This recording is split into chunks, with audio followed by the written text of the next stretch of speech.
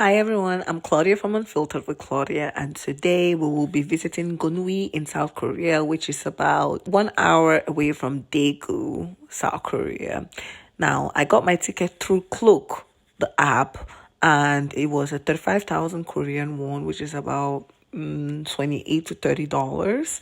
And our first stop, as you can tell, is Wabon Museum, which is actually a museum that used to be a school, but because of the low enrollment rate, it turned into a museum.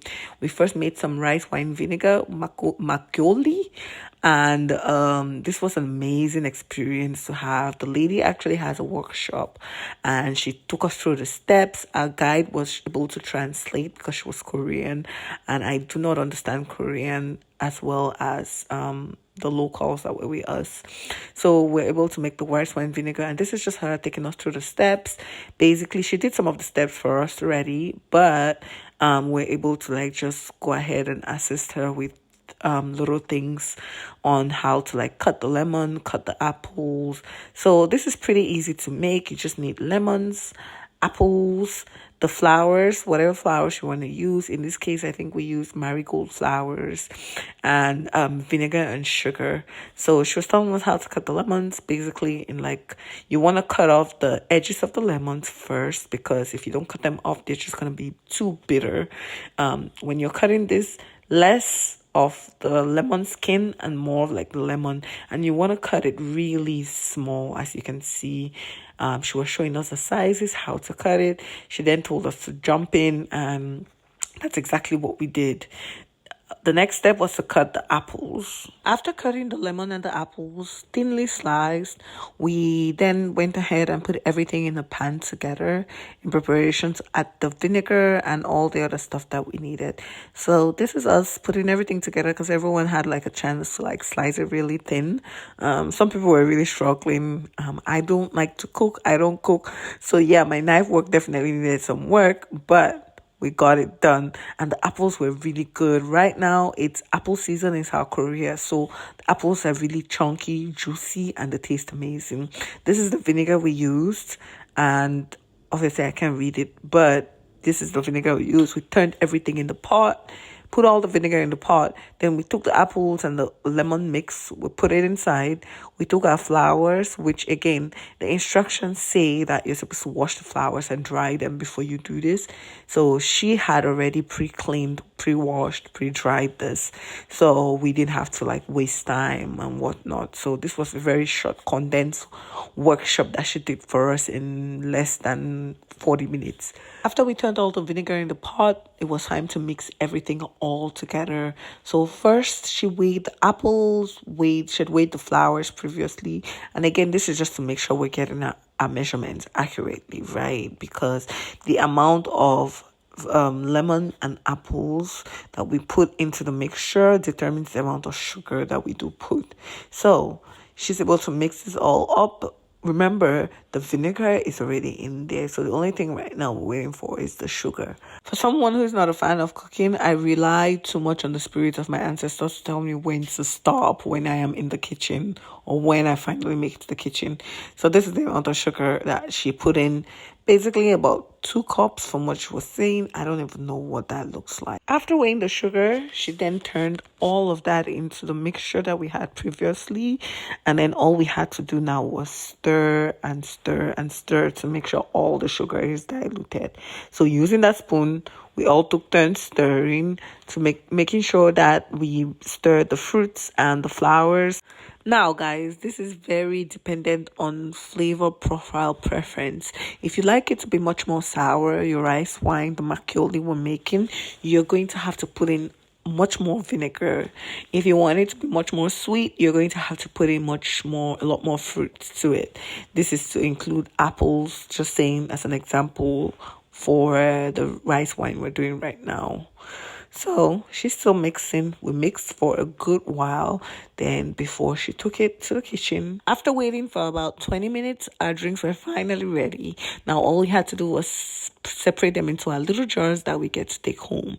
And that's exactly what we did. So to fill them up in the jars, first you want to put in either your apple, lemon, or flowers, and you just want to stuff the container. And this is what you see here. She's separating this to give this transparent container to the other group down the table. But basically, when you're stuffing your jar, you want to put in apples, lemons, flowers. So about 2 to 3 slices of apples, basically in one serve. 2 to 3 slices of apple. You're going to have some slices of lemon, and then you're going to have about 20 flowers. And that is just to help with the flavor profile. Now, you in one jar, you could have about 5 servings, as I said. A couple of slices of lemon, a couple of slices of apples, and tons of flowers. So you could press down as much as you want and then add the liquid at the end. She kept telling us if you want it sweeter, to add apples, and if you want it with a little tangy taste, you want to add more lemon to it. And that's exactly what I did because I wanted mine sweet. So I tended to put a lot more apples into it. So we're going to taste that when it's ready. After we stuff the jars and add in the liquid, we're going to let the jars sit at about room temperature for about 2 to 3 days before we can drink it. And drinking it doesn't mean you drink straight from the jar because it's pretty strong. But what you want to do is take 1 to 2 drops and place them in a cup and then dilute with water before you drink, as that dampens the taste, gives you like a nice, like cool drink. That way you can really get the flavor profiles. Next up, after we made this, we had to visit the Wabon Museum again, which was an old school that we don't have a lot of enrollment, so it's become a museum where you see Korea back in the day, basically how your parents had to get education, what the classrooms looked like, and things like that. It was pretty nice to see and very informative. My tour guy was very nice. He's actually Taiwanese and he's been in Korea for a really long time, so he can understand and speak Korean. And what he would do was translate from Korean to English and from English to Korean for the Korean nationals. So that was pretty amazing. He was a polyglot. Now, after making a maguli, we were allowed to take a 30-minute break and we just hung around the area, just exploring. This would have been a field of flowers, but unfortunately it's fall, so after a while, we were hungry, so we stopped at this restaurant that the guide recommended for some mushroom stew.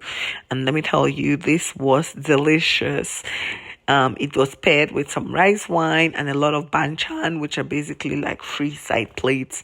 In this case, there was some spinach, some jalapeno peppers. We had some rice wine and water. I was so full by the time I left. Now, Koreans have this really, really good habit of walking after they eat, and that's exactly what we did. After we had a meal, we decided to walk to the grotto, which is a man-made grotto that was carved into Palgosan Mountain, and we just walk around the area. This place has amazing trails. I have visited previously with a friend of mine.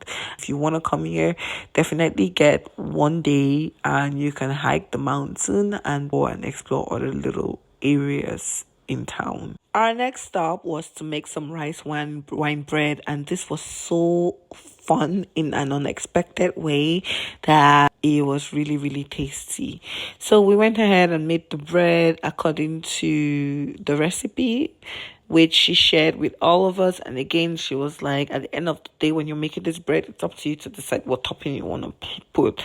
So they broke our group up into different minor groups, and we all had different toppings that we had to use for our bread. So my group, which was 2 of us, we had cranberries. The other group that was right next to us had almonds. The group on the other side of the room had red bean, and the last group had, if I remember correctly, green bean or green peas rather. So very, very tasty. We mixed everything up together, and then we took a nice little tour while our bread was baking to go see the village in the countryside, Wabam village, and we got to like learn about the history and explore the village. But our guide was very, very helpful. He was able to translate what the Korean guide was telling us for those who couldn't speak Korean like me, and I was able to understand some of the history that was here. This is a very old village, and the reason they have all the stones around the houses is because at some point in the past there was a flood that came from Palgosan Mountain, and it came through the village, and because of that there were so many rocks that were laying around, and so to regrow they took some of those rocks and started like moving them and putting them to the side, and that's how the village really, the rocks around like the houses came to be. So even though tourists come and they really enjoy seeing it, there's a really sad history to it, is what he was telling us. But then it was time to get back to the bake shop to finally eat our bread, and here's what it looked like.